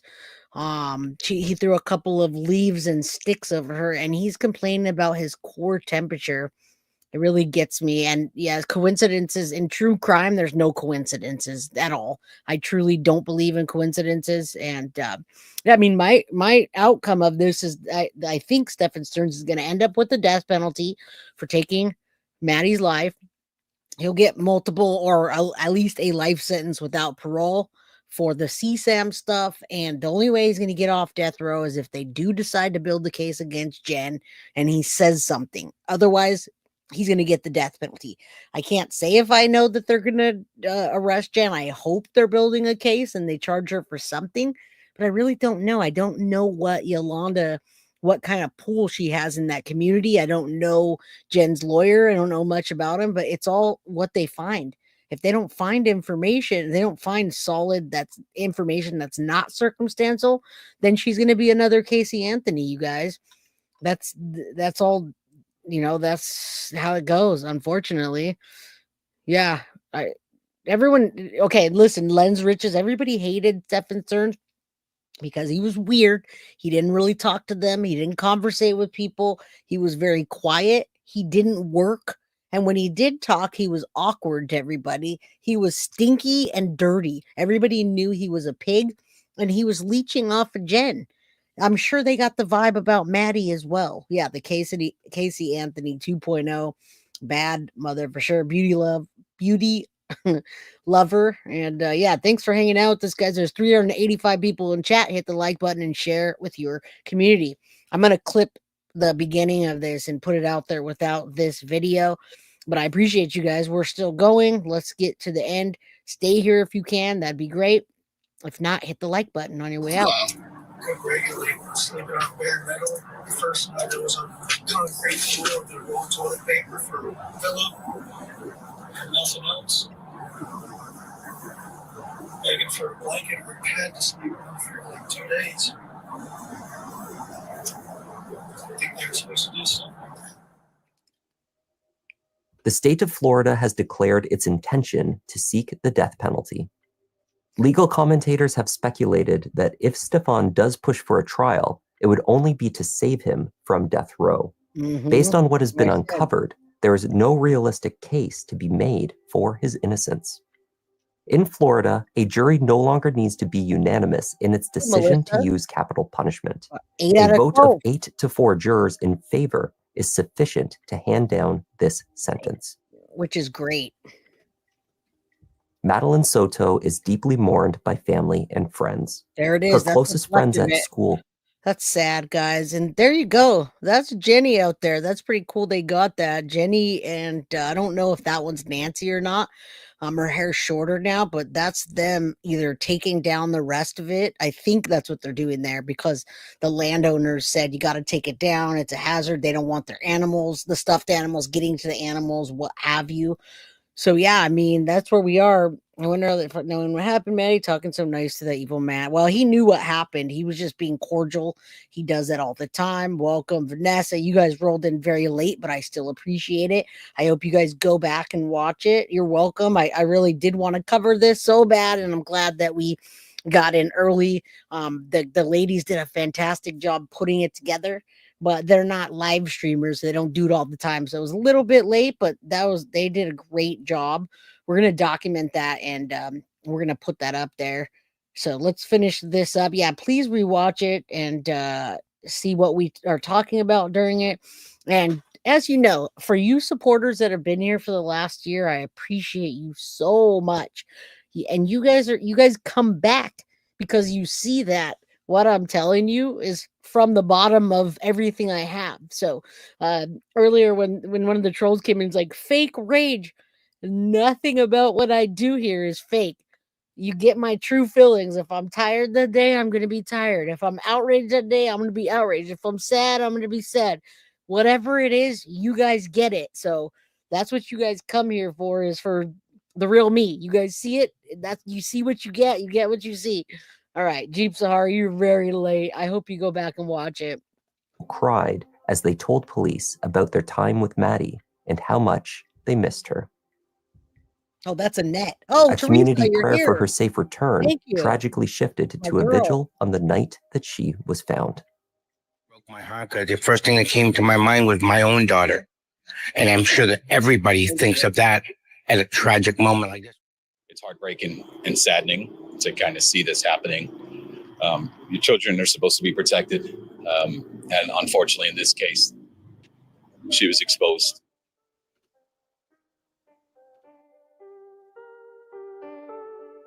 Thank you.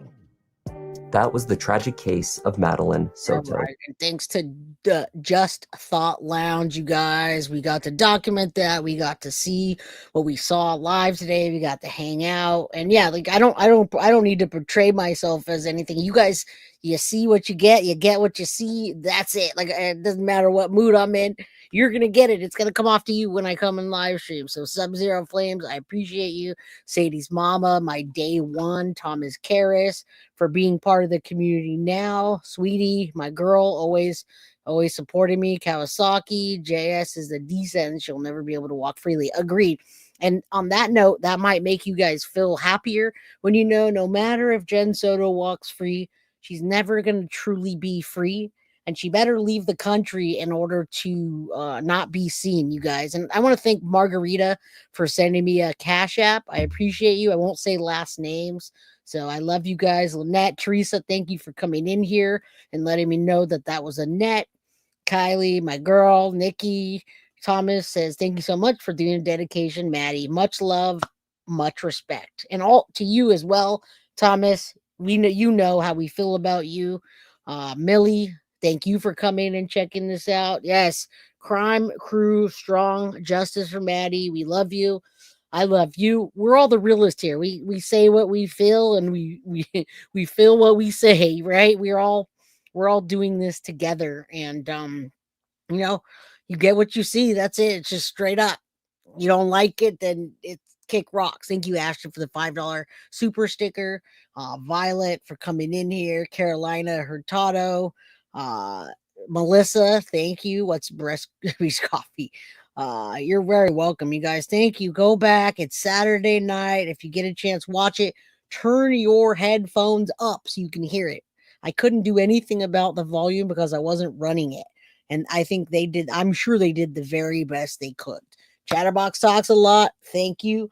And shout out to this lady that made me a mug. This is the Sunshine Shop. Tiffany in the Sunshine Shop. I don't want to say her name. I don't know if she wants me to say it, but the Sunshine Shop sent me a Guilty of Crime mug, which is fantastic quality, and Guilty of Crime mug with a 2-sided print. And so I want to plug her channel. If you're listening, Tiff, let me know. I'll plug your channel if you want me to give out your info to get mugs, people. And then other people like to send me stuff as well. If you guys have products that you want me to use and tell people about, let me know. You can email me. You can email me down here at guiltyofcrimebyj@gmail.com. And I'll definitely help you. We're almost 22,000 subscribers. I have 2.9 million views with almost 22,000 subscribers. I get quite a bit of, I get over 1,000 to anywhere from 1,000 to 30,000 views on my shorts. So I'd love to, yeah, this mug is fantastic. I'd love to help your small, your small business grow. If I can help your small business grow, send me one of your products. I'll use it on the channel or show it off on the channel, and then I'll plug your information. That's how we do business around here and trying to help each other grow. So thank you, Indy Isham, for the $4.99. Yeah, it looks like a Yeti, but it has my guilty of crime on it. Most Leos are real to a fault. Sherry, you're absolutely right. I'm a Leo to a fault. Otherwise, I wouldn't care, right? It wouldn't be surprised if Jen had something to do with Maddie's being gone, in my opinion, yeah, right. And she talked about the woods and all this other crazy stuff. Yeah, we're still on. We're saying goodbye to everybody. We're going to miss you, and we're not going to see anybody until Monday, when we celebrate Sebastian's 1 year. It's not a celebration, but we're going to talk about 1 year missing and the new footage that's out and what I think about that, because you haven't got that. That's so dope. Yes, that is. I don't think Jen will mind. Thomas, if you want, it's the Sunshine Shop. I'm going to plug that. And if you just look up the Sunshine Shop right there, the Sunshine Shop, Tiffany, this is her business card. And if you need it, you can always email it to me, or I can put it on blast. They look amazing, right? She sent that to me. So I know a lot of others. Synth is not on here right now, but she's making cookies right now. Synth, if you want to send cookies over, I can definitely plug your channel. It's definitely thoughtful. You guys always send me gifts and stuff. So Steph sells stuff by the seashore. There you go. You email me. Let's get a product. It's going to be a year. It is. It's 5 days away, 4 or 5 days away. Stearns is going down. Absolutely. Much love. We're going to be at same time on Monday, 4 p.m. Pacific Standard Time, 7 p.m. Eastern. We're going to talk about missing 1 year. Sebastian, and we're not team green or team whatever. We're not any team. We're team Sebastian. So we don't have a side. We don't pick a side. We're just going to tell you what we see, how we see it, and what we think about the parents, which are my number one people, my number one suspects. Jay's awesome, the realest YouTube. Thank you. I don't need to pretend to be something. It's just what I am. I get in front of the camera, guys. When people criticize me, it's like, you get in front of the camera with no filters and see how you do. So yeah, get out there and see that. Teresa K, love you, girl. Thank you for being on Guilty of Crimes team, Crime Crew family. I appreciate you. Yes, if you need more, you can email me. I'll get you that. Finally got put in green. You got your membership.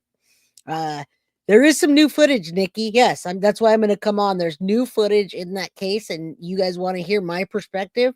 I'm going to give it to you. And it's been 1 year he's been missing. You're going to hear what I think.